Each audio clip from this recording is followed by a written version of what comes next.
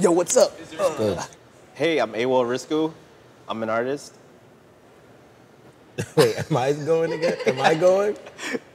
How you doing? I'm MeLo-X, and I'm a musician and artist. That's the same thing, though, right?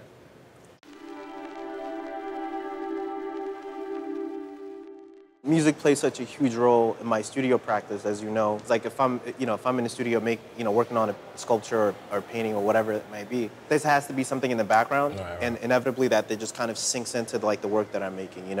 Whether it's how certain artists talk about like police brutality right now, and like in a way I'm thinking about current events and I'm thinking about what's out in the world in terms of music, and so that inevitably just comes into the work organically. And I want people to listen to the mixtapes and kind of get this idea of like what to expect when they get into the show, and then hopefully even come out with more than they bargained for when they do. And I think the reason to go with you on this mixtape was it had to be someone that understood my vision. And I don't think, I mean, I work with a few DJs, but I think no one understands the vision better than you do. So I've been coming to the studio in Cali. I mean, yeah, right? New York, I've seen LA, progressions and stuff. So, and I've always had a way of like blending music and like having this ethereal, like spatial component to the mixes that I do.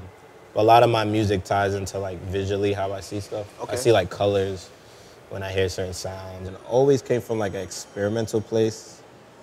I remember the first time I was intrigued with like my own voice. My mom had like bought me a small toy recorder, and I would record everything. I would record like arguments. I would record like Fresh Prince of Bel-Air. I would record me and my sister having like a Yo Mama So Fat contest.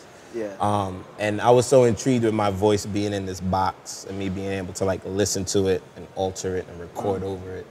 And that kind of got me into like experimenting with sound, recording sound, documenting things. Gotcha. And then when I got into music and I realized that, okay, there's a visual component to like things that are recorded, that made me want to like make my own visual aspect to like things that I was recording. Gotcha. And where does your, the visual side of your work, your sculptures, your paintings, your photography, your poetry, a lot of people don't know he's an amazing poet.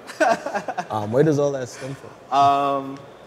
Funny you asked that. Actually, the first time I was at MoMA as a kid and seeing a lot of art that didn't really reflect like my background or my surroundings or anything that I grew up around. As I grew up and as I grew older, my main goal became to kind of put that kind of work into these kind of spaces. That's like the core of like my practice. Right. But I mean, as I get older and as I learn new things, as I gain more knowledge, I think my work is trying to become more and more universal, but that's like the core of everything, whether it's the film that, that we're gonna be screening on Sunday, or any of the work that I made, like the previous shows, or even the mixtapes. It's about bringing that culture into like this kind of space is prominent and it can't be ignored any longer. I feel like this is an event that anybody who's who's into like what's to come and what already is, they should be here at this event. I think so.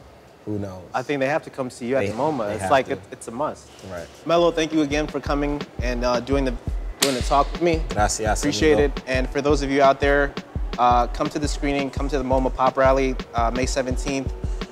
Tickets on sale, MoMA.org, and everything starts at 7, so see you there. Yeah, boy.